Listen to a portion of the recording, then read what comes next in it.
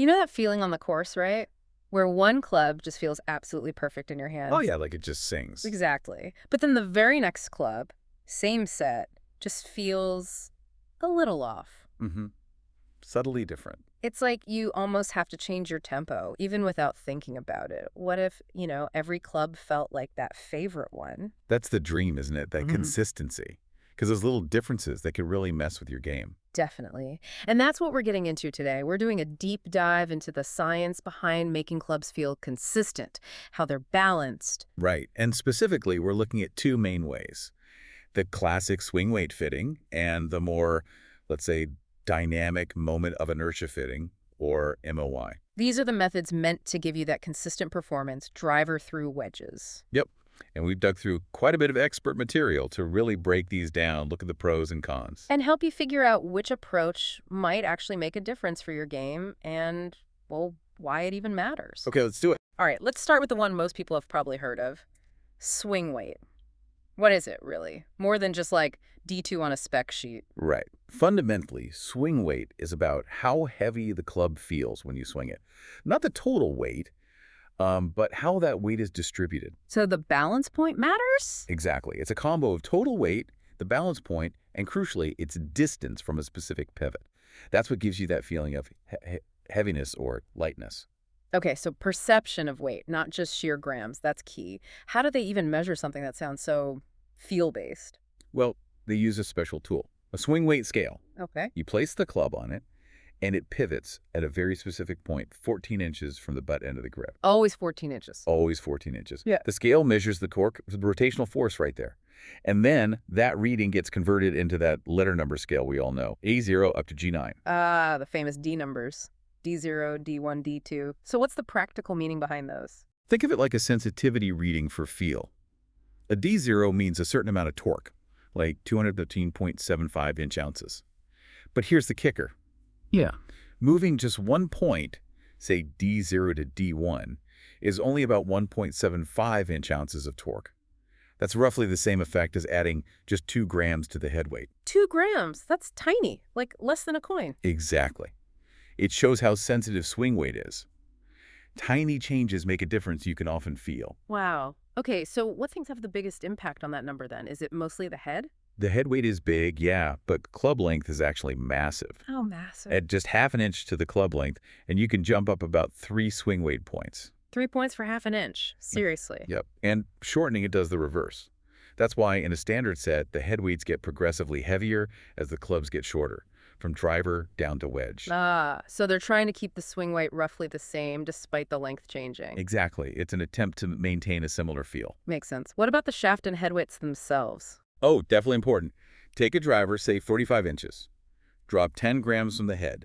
That's about 6 swing weight points lower. 6 points. And add 10 grams, you add 6 points. Even the shaft's balance point matters. Tip-heavy shafts increase swing weight. Butt-heavy shafts decrease it. Okay, so everything interacts. What about the grip? Interesting point. Grip weight affects swing weight quite a bit, but it has less influence on MOI. That's actually why MOI matching, which we'll get to, is often done before the grip goes on. Good to know. So what are the typical ranges manufacturers shoot for? Like, what's normal? Well, you see standards. PXG, for example, often lists like D1 to D3 for their standard men's sets, Okay. and maybe C5 to C7 for women's sets. Lighter ranges A to C, you see those in junior or sometimes senior sets, And the really heavy ones, E, F, G. usually for specialty clubs, maybe some putters or very specific custom builds. Right. So what happens if a club is way off for your swing? Too light, say. Too light, like C7 or lower, often you just can't feel the club head properly during the swing. So you lose track of it. Kind of. It can lead to rushing the transition from backswing to downswing, bad timing, more hits towards the heel, just inconsistency. Okay, and too heavy, like D-Fi or more. That can cause issues too. Players might feel like they have to throw their hands at the ball to get it through, or it messes up their swing plane. But sometimes heavy is good. Yeah, interestingly, for players with really aggressive, fast tempos, a slightly higher swing weight can sometimes help them smooth things out, slow down just a touch, and actually improve their feel. So it's not one size fits all. What about changing shafts? Like going from steel to lighter graphite? Good question. Fitters often compensate. If you go to a lighter shaft, they might add, say, 1 or 2 swing weight points back, maybe with head weight, to help you keep that same tempo and feel you're used So to. you don't feel like you're swinging air. Pretty much. And generally, it's maybe safer to be a little bit on the heavy side for your feel rather than too light. Overly light clubs often seem to cause more dispersion problems. Okay, so summing up swing weight then, who's it really best suited for? Well, it's simple, it's inexpensive, it's the standard. So it works well for a lot of golfers. Like beginners, casual players. Yeah, exactly. People who want that consistent static balance maybe have a pretty steady tempo naturally or aren't super sensitive to tiny feel differences. Slower swing speeds might benefit from lighter specs within the range, stronger players maybe towards the higher end. It's a solid baseline. Gotcha. Okay, that paints a clear picture of the traditional method. But then there's this other approach, moment of inertia, MOI fitting. You called it more dynamic. How is it fundamentally different? Right, MOI. Moment of inertia itself is a physics term. It measures how much an object resists being spun or rotated. Okay, so for a golf club.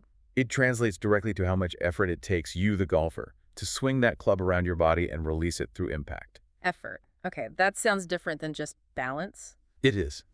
Think about swinging a really heavy hammer versus a light stick. The difference in effort you need, that's related to MOI. Higher MOI means it takes more force to swing and control, maybe better for stronger players. Lower MOI, less effort, maybe suits smoother tempos. So it's measuring the resistance during the swing, not just how it sits on a scale. Precisely. And that leads to the core idea of MOI fitting. Which is? The goal is to build every single club in your bag, driver, irons, wedges, to the exact same moment of inertia. Every club, the same MOI. Exactly the same. So theoretically, each club requires the identical amount of effort from you to swing, regardless of its length or weight. Wow. Okay, the implication there is total consistency in feel. That's the promise. A truly uniform swing feel, which should lead to better timing, more consistent delivery, and yeah, hopefully more center strikes across the whole set. That sounds amazing. How long has this MOI idea been around? Is it new tech? Here's the fascinating part. Yeah. Swing weight, the thing we just talked about, was actually invented back in the 1920s as a proxy for MOI. Because back then, they couldn't directly measure MOI accurately.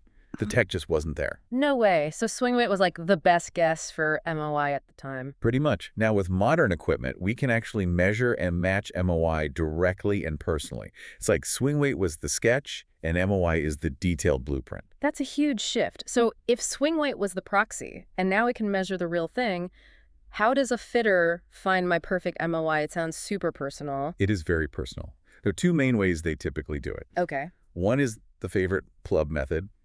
You bring in your clubs and you tell the fitter, my 7-iron, I hit it perfectly almost every time. It just feels right. Everyone has one of those. Exactly. The fitter measures the MOI of that specific club. And then they build or adjust the rest of your set to match that exact MOI value. So they clone the feel of my best club across the whole bag. That's the idea. Make every club feel like your favorite. Okay, what's the other method? That's the test club method.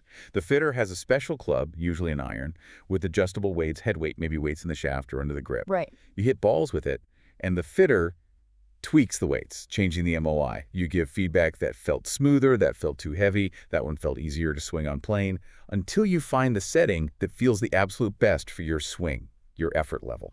So I dial it in myself through feel. Exactly. And once you find that perfect MOI for you on the test club, that becomes the target number for building your entire set. That sounds incredibly precise. What do players actually say when they switch to an MOI-matched set? What's the feedback? Almost universally, they report this amazing consistency of feel. Club to club, it just feels the same effort, the same swing. Like they don't have to adjust. Right. They often talk about hitting the ball more solidly, more often. Yeah. High percentage of center strikes. But here's a really interesting kind of counterintuitive part. Even though the dynamic effort is the same for every club, if you put those MOI-matched clubs back on a traditional swing weight scale, Yeah. What happens? the swing weight readings will often increase slightly as the clubs get shorter, maybe by about half a swing weight point per club. Wait, what? So an MOI match set looks inconsistent on a swing weight scale. You got it. Your MOI-matched pitching wedge might read, say, D4 on the scale, while your 5-iron reads D1, even though they take the same effort to swing. That completely flips the script on relying on those D numbers, shows the limitation of static measurement. It really does. It highlights that fundamental difference. But the advantages of MOI fitting are pretty clear. That uniform swing feel and tempo. Which everyone wants. Right. Better dynamic accuracy because you're matching the actual resistance during the swing. Ah, That often leads to better shot consistency, better control, and it's tailored specifically to your strength, your tempo, your mechanics. okay, the benefits sound huge, especially for consistency seekers, but it can't be perfect. Why isn't everyone doing it? Must be downsides. There are practical considerations, definitely. First off, the equipment needed to measure and match MOI accurately is specialized. And it's often pretty expensive. Ah, cost. Yeah, and it requires a fitter with real expertise in using that equipment and interpreting the results. So the fitting itself is usually more expensive than a standard swing weight fitting. Makes sense. Specialized tech, specialized skills, higher price tag. Anything else? Well, at that point, we just discussed the fact that the swing weight numbers look wrong on paper compared to a traditional set. Right, the wedge being D4 and the 5-iron D1. Yeah, for golfers who are really used to seeing, say, D2 across their whole set, that can feel weird. Mentally, it can be a hurdle, even if the clubs feel better dynamically. Yeah. You have to trust the feel over the old numbers. Trust the process, trust the feel. Okay, so let's really put them head to head now for someone trying to decide. Measurement philosophy. Swing weight. Static torque at one point, MOI, dynamic resistance through the whole swing arc, photo versus video. And the core goal then. Swing weight aims for consistent static balance. MOI aims for consistent swing effort. Different targets. Which leads to different weighting results. Yep. Swing weight tries to get all the letter number values the same. MOI matching results in those rise in swing weights on a traditional scale as clubs get shorter, even though the feel is consistent. And the player feel difference. With swing weight, you might still feel differences between long and short clubs because their actual MOIs are different. With MOI fitting, the dynamic feel should be the same for all clubs, long or short. Complexity and cost comparison. Swing weight. Simple, low cost, industry standard for mass production. MOI specialized, more complex, higher cost, mostly in custom pro fitting. Okay, so revisiting who benefits most. It seems clearer now. I think so. Swing weight is great for beginners, casual players, maybe those with very smooth, consistent tempos already, people less sensitive to feel nuances, and definitely those on a budget. It's a good system. But MOI. MOI really shines for players who have that favorite club and want everything to feel like it, or players who actively feel that disconnect, that timing difference between their long irons and short irons. Competitive players, maybe. Competitive amateurs, pros, looking for that extra edge and repeatability, absolutely.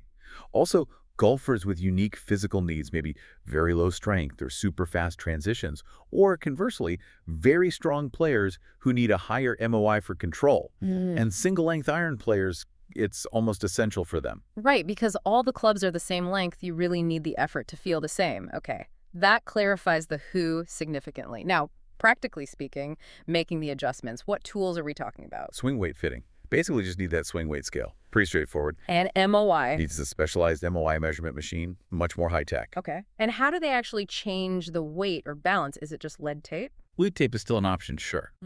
But more often now it's adjustable weight screws in the club head, or specific tip weights, maybe counterweights under the grip sometimes. For MOI, it's very much that iterative process we mentioned. Tell me more about that iterative process. What's it like being the golfer in that fitting? It's very hands-on for you. The fitter will start with a baseline, maybe based on your favorite club or an initial test. They'll make a small adjustment, add a couple of grams here, maybe change a shaft weight slightly. You hit shots. And I just say how it feels. Exactly. You give feedback. That felt a bit easier to square up. That felt sluggish. My timing feels better with that one. The fitter uses your feedback, makes another small tweak, you hit again. It's a constant loop of adjust, hit, feel, feedback, adjust. Until you nail it for each club. Until you find that MOI that makes your swing feel most efficient and repeatable for you. It's very much guided by your personal experience. That sounds way more involved than just checking a number on a scale. And length, you mentioned it's critical. Hugely critical. Any length adjustment has a big knock-on effect on both swing weight and MOI. So if you're changing length, that has to be factored in carefully from the start of the balancing process. Okay, so this really sounds like something you shouldn't try to DIY in your garage. The fitter's role seems paramount. Oh, absolutely essential. A good, experienced fitter is key for both methods, frankly, but especially for MOI. They need to understand your swing, your tempo, power, how you deliver the club, where you tend to And miss. connect that to the numbers and the feel. Precisely. They translate your swing DNA into the right balancing approach and the right target numbers for you. Just chasing a number without that expertise, Yeah. you're probably not going to get the results you want. Okay, that's a really important takeaway. So wrapping this up then, we've looked at these two distinct ways to balance your clubs. Yes, swing weight, the traditional, static, cost-effective approach. Yeah. Good for many, maybe not perfectly consistent feel-wise club to club for everyone because it's a proxy. And MOI, the dynamic approach, aiming for identical swing effort for every club. More complex, costs more, but potentially offers that ultimate consistent feel and better strike quality. So if you're out there playing and you're constantly feeling like you have to make tiny adjustments between clubs, Yeah. or if you love your 8-iron but fight your 5-iron, Or you just want that magic feel from one club copied across the set. then exploring MOI matching, even with the extra cost, might seriously unlock something in your game. A new level of consistency, potentially. But equally, for lots of golfers who just enjoy the game, standard swing weight fitting is perfectly fine, accessible, and can definitely help improve their equipment setup. It's about knowing the options, understanding what they do, and figuring out what matches your needs and, let's be honest, your budget. Absolutely. So maybe the question for you, the listener, is next time you're playing or practicing, really pay attention. How consistent does that effort feel from your longest iron to your shortest wedge? Yeah, is it seamless? Or do you feel subtle or not so subtle differences? Could understanding that dynamic resistance, that MOI, be the key to unlocking more consistency for you? Or is the static balance of swing weight hitting the sweet spot already? Something to think about. And finding the right fitter, that could be the person to help you figure it all out and get the most from your clubs.